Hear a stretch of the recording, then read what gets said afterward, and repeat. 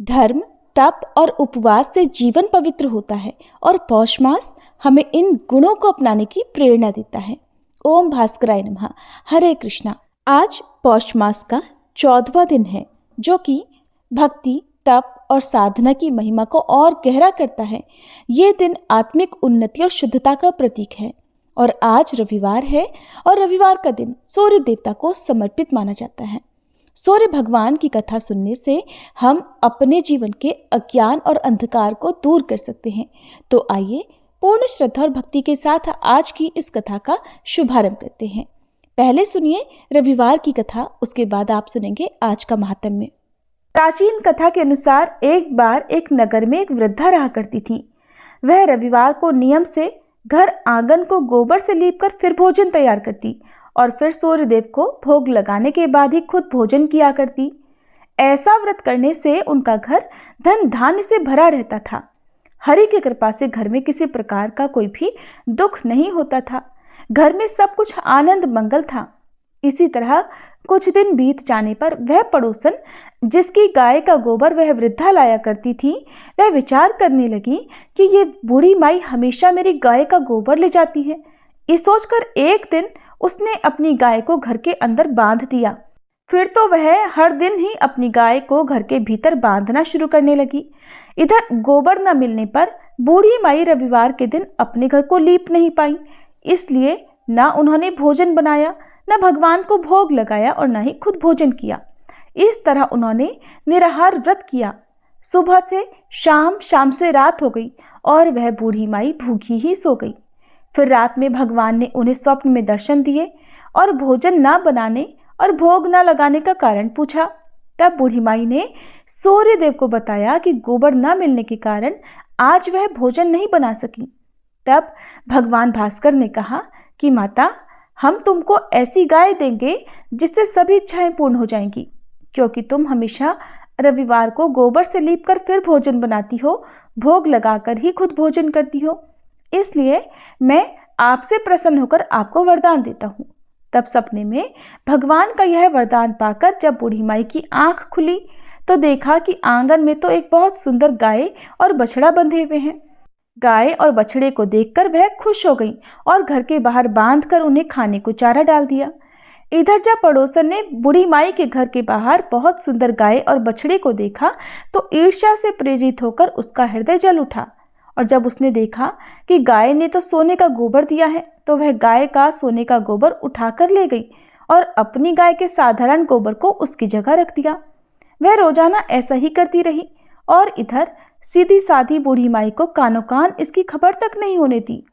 एक दिन सर्वव्यापी ईश्वर ने सोचा कि चालाक पड़ोसन की वजह से वृद्धा ठगी जा रही है।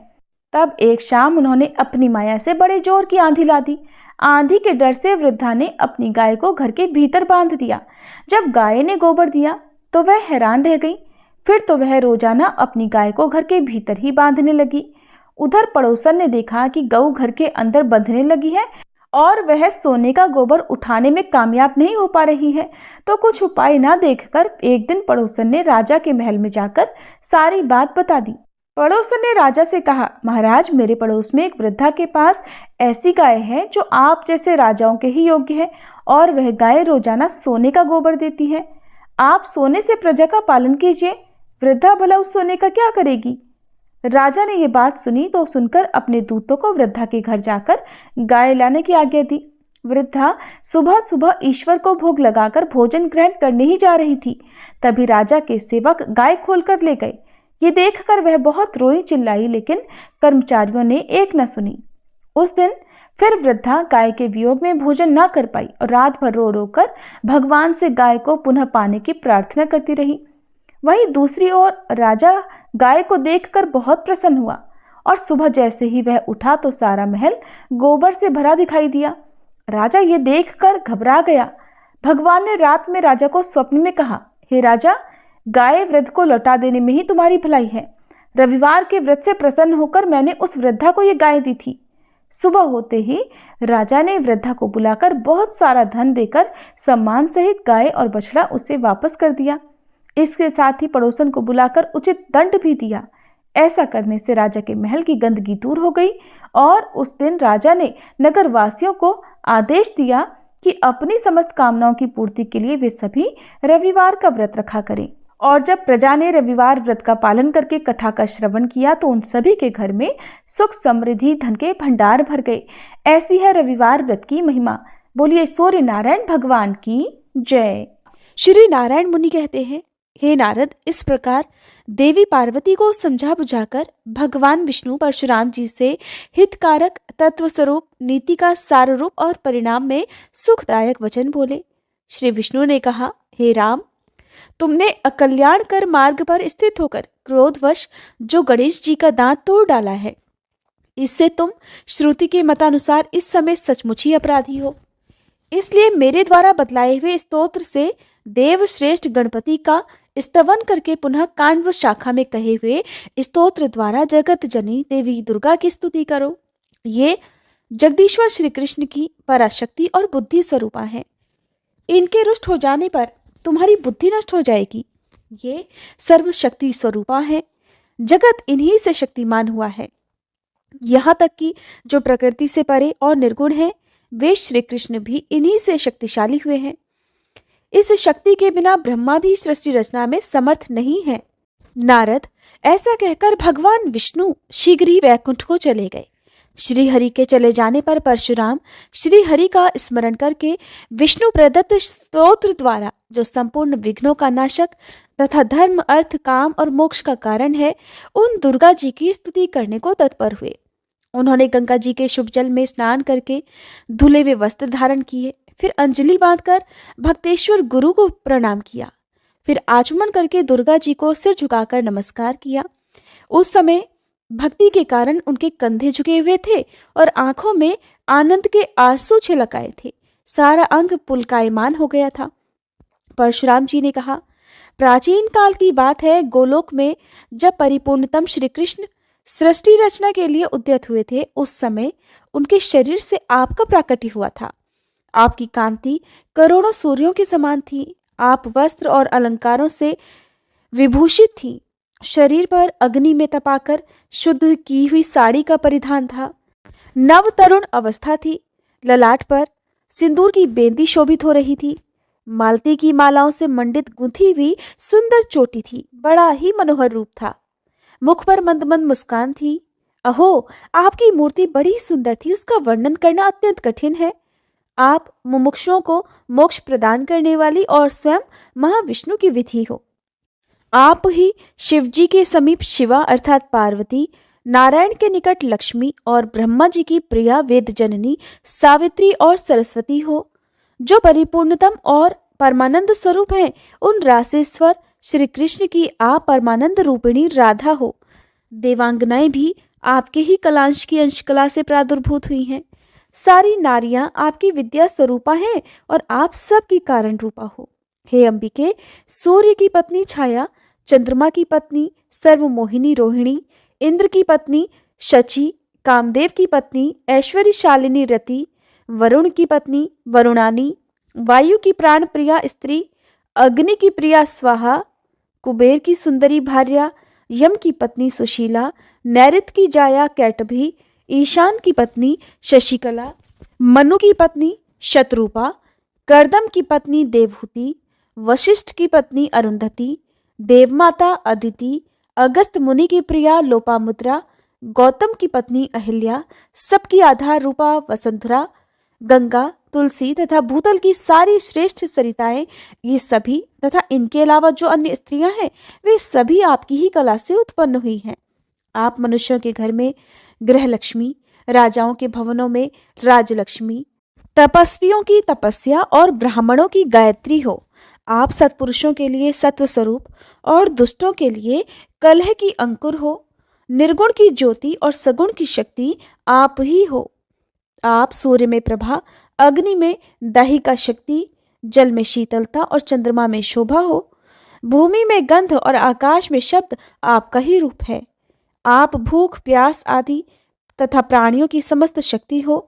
संसार में सबकी उत्पत्ति की कारण सार रूपा स्मृति, मेधा, बुद्धि अथवा विद्वानों की ज्ञान शक्ति आप ही हो। श्री कृष्ण ने शिव जी को कृपा पूर्वक संपूर्ण ज्ञान की प्रसवनी जो शुभ विद्या प्रदान की थी वह आप ही हो। उसी से शिव जी मृत्युंजय हुए हैं।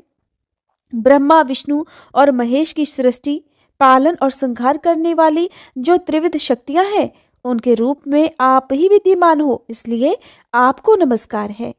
जब मधु कैटभ के भय से डरकर ब्रह्मा जी कांप उठे थे, उस समय जिनकी स्तुति करके वे भयमुक्त हुए थे, उन देवी को मैं शीश झुकाकर प्रणाम करता हूँ। मधु कैटभ के युद्ध में जगत के रक्षक ये भगवान विष्णु जिन परमेश्वरी का स्तवन करके शक्तिमान हुए थे, उन दुर्गा को मैं नमस्कार करता हूँ। त्रिपुर के महायुद्ध में रथ सहित शिवजी के गिर जाने पर सभी देवताओं ने जिनकी स्तुति की थी, उन दुर्गा को मैं प्रणाम करता हूँ। जिनकी स्तुति करके वृषभ रूपधारी श्री विष्णु जी द्वारा उठाए गए स्वयं शंभु ने त्रिपुर का संहार किया था, उन दुर्गा को मैं अभिवादन करता हूँ। जिनकी आज्ञा से निरंतर वायु बहती है, सूर्य तपते हैं, इंद्र वर्षा करते हैं और अग्नि जलाती है, उन दुर्गा को मैं सिर झुकाता हूँ। जिनकी आज्ञा से काल सदा वेग पूर्वक चक्कर काटता रहता है और मृत्यु जीव समुदाय में विचरती रहती है, उन दुर्गा को मैं नमस्कार करता हूँ। जिनके आदेश से सृष्टिकर्ता सृष्टि की रचना करते हैं, पालन करता रक्षा करते हैं और संहर्ता समय आने पर संहार करते हैं, उन दुर्गा को मैं प्रणाम करता हूँ। जिनके बिना स्वयं भगवान श्री कृष्ण जो ज्योति स्वरूप और निर्गुण है, सृष्टि रचना करने में समर्थ नहीं होते, उन देवी को मेरा नमस्कार है। हे जगत जननी, रक्षा करो, मेरे अपराध को क्षमा कर दो। भला कहीं बच्चे के अपराध करने से माता क्रोधित होती है? ऐसा कहकर परशुराम जी उन्हें प्रणाम करके रोने लगे। तब देवी प्रसन्न हो गई और शीघ्र ही उन्हें अभय का वरदान देती हुई बोली कि हे वत्स, तुम अमर हो जाओ। बेटा, अब शांति धारण करो। शिव जी की कृपा से सदा सर्वत्र तुम्हारी विजय हो। सर्वांतरात्मा भगवान श्री हरि सदा तुम पर प्रसन्न रहे। श्री कृष्ण में तथा कल्याणदाता गुरुदेव शिव में तुम्हारी सुदृढ़ भक्ति बनी रहे, क्योंकि जिसकी इष्ट देव तथा गुरु में शाश्वती भक्ति होती है, उस पर अगर सभी देवता भी कुपित हो जाएं तो भी वे उसे नहीं मार सकते। तुम तो श्री कृष्ण के भक्त और शंकर जी के शिष्य हो तथा मुझ गुरु पत्नी की स्तुति कर रहे हो, इसलिए किसकी शक्ति है जो तुम्हें मार सके? अहो, जो अन्यान्य देवताओं के भक्त हैं अथवा उनकी भक्ति न करके निरंकुश ही हैं, परंतु श्री कृष्ण के भक्त हैं, तो उनका कहीं भी अमंगल नहीं होता। भार्गव, भला जिन भाग्यवानों पर बलवान चंद्रमा प्रसन्न है, तो दुर्बल तारागण रुष्ट होकर उनका भला क्या बिगाड़ सकते हैं? सभा में महान आत्मबल से संपन्न सुखी नरेश जिस पर संतुष्ट हैं, उसका दुर्बल भृत्यवर्ग कुपित होकर क्या कर सकेगा? ऐसा कहकर देवी पार्वती हर्षित होकर परशुराम जी को शुभाशीर्वाद देकर अंतःपुर में चली गईं। तब तुरंत हरि नाम का घोष गूंज उठा। जो मनुष्य इस कान्व शाखोक्त स्तोत्र का पूजा के समय, यात्रा के अवसर पर अथवा प्रातःकाल पाठ करता है, वह अवश्य ही अपनी अभीष्ट वस्तु प्राप्त कर लेता है। इसके पाठ से पुत्रार्थी को पुत्र, कन्यार्थी को कन्या, विद्यार्थी को विद्या, प्रजार्थी को प्रजा, राज्य भ्रष्ट को राज्य और धनहीन को धन की प्राप्ति होती है। जिस पर देवता, राजा अथवा बंधु बांधव क्रुद्ध हो गए हों, उनके लिए ये सभी इस स्तोत्र राज की कृपा से प्रसन्न होकर वरदाता हो जाते हैं। जिसे चोर डाकुओं ने घेर लिया हो, सांप ने डस लिया हो, जो भयानक शत्रु के चंगुल में फंस गया हो या फिर व्याधिग्रस्त हो, वह इस स्तोत्र के स्मरण मात्र से मुक्त हो जाता है। राजद्वार पर, शमशान में, कारागार में और बंधन में पड़ा हुआ तथा अगाध जलराशि में डूबता हुआ मनुष्य इस स्तोत्र के प्रभाव से मुक्त हो जाता है। स्वामी भेद, पुत्र भेद तथा भयंकर मित्र भेद के अवसर पर इस स्तोत्र के स्मरण मात्र से निश्चय ही अभीष्टार्थ की प्राप्ति हो जाती है। जो स्त्री वर्ष पर्यंत भक्ति पूर्वक दुर्गा जी का भलीभांति पूजन करके हविष्यान्न खाकर इस स्तोत्र राज को सुनती है, वह अगर महाबंध्या हो तब भी प्रसव वाली हो जाती है। उसे ज्ञानी और चिरंजीवी दिव्य पुत्र प्राप्त होता है। 6 महीने तक इसका श्रवण करने से दुर्भगा सौभाग्यवती हो जाती है।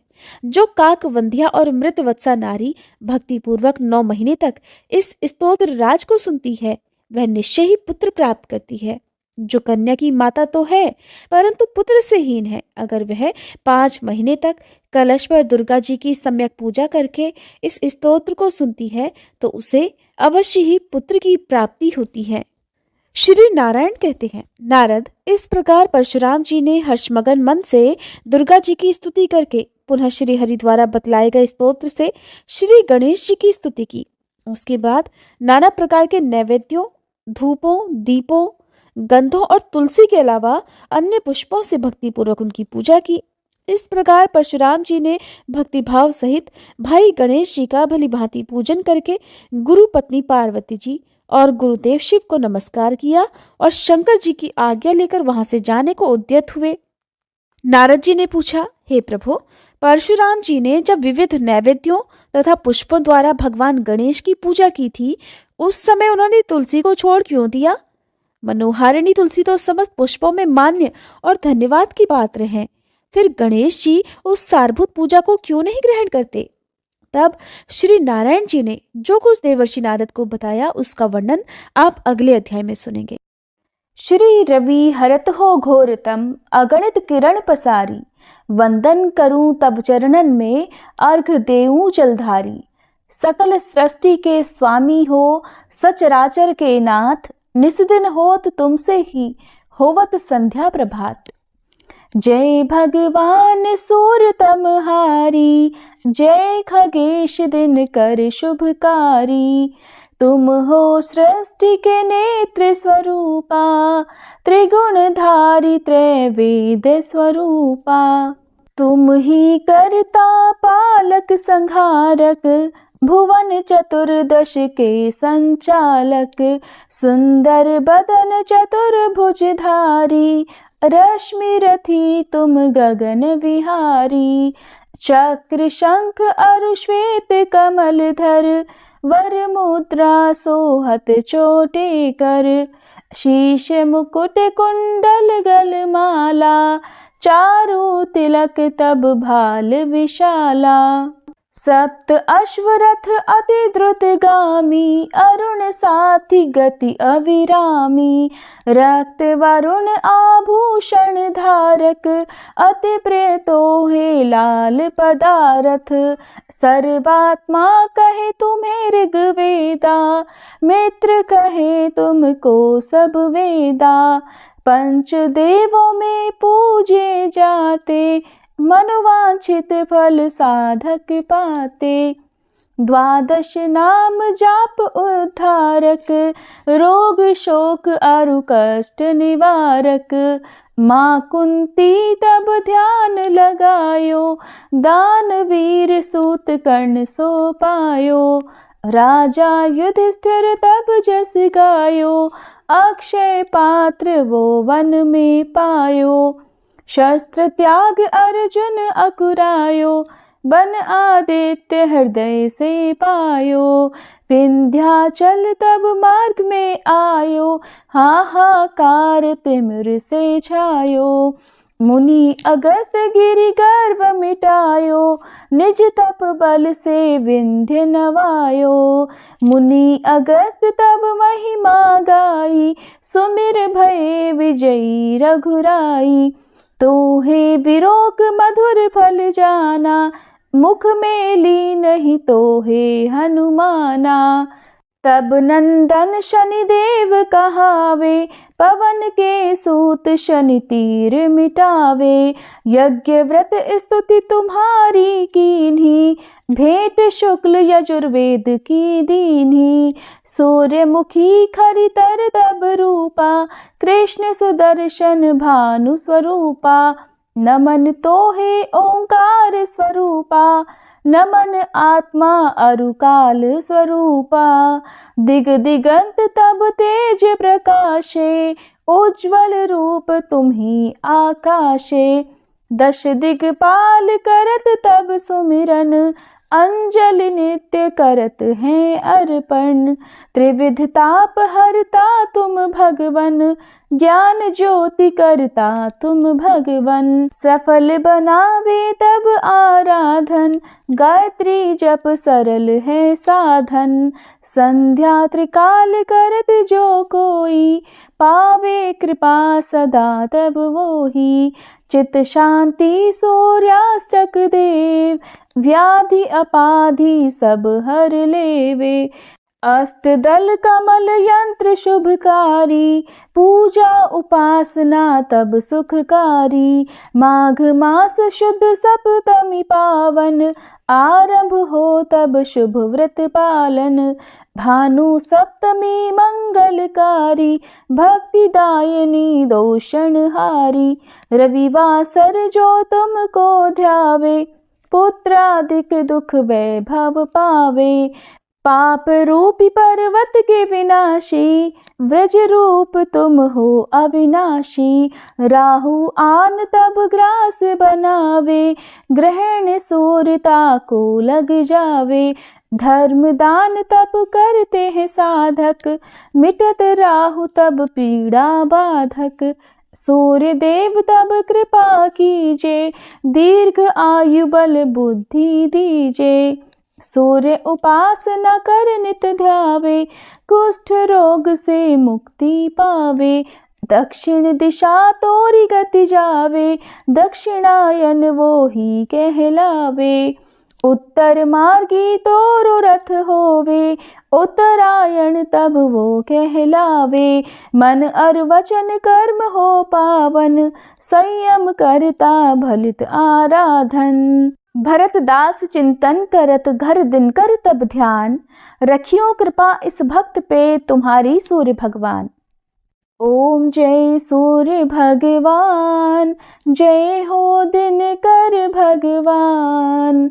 जगत के नेत्र स्वरूपा, तुम हो त्रिगुण स्वरूपा। धरत सब ही तब ध्यान, ओम जय सूर्य भगवान। सारथी अरुण है प्रभु, तुम श्वेत कमल धारी।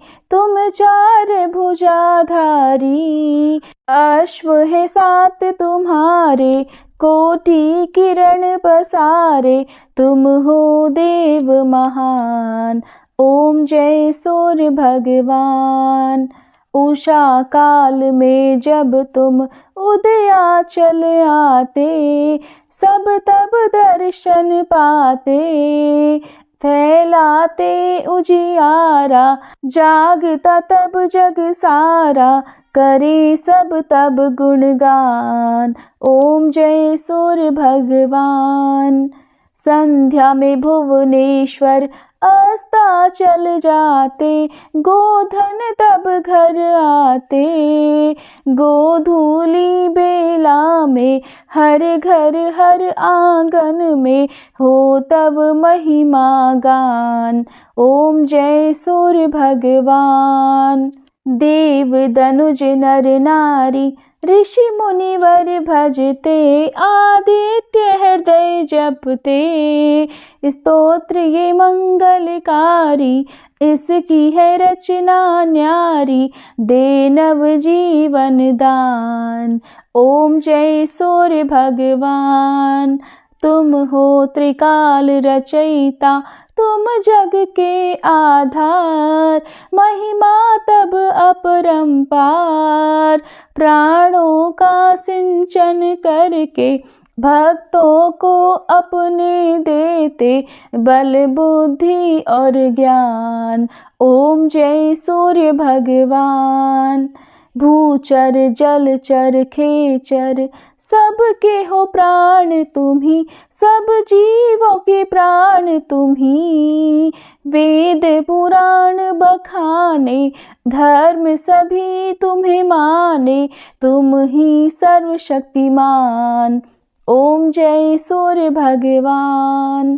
पूजन करती दिशाएं, पूजे दश दिक्पाल, तुम भुवनों के प्रतिपाल। ऋतुएं तुम्हारी दासी, तुम शाश्वत अविनाशी, शुभकारी अंशुमान। ओम जय सूर्य भगवान, ओम जय सूर्य भगवान।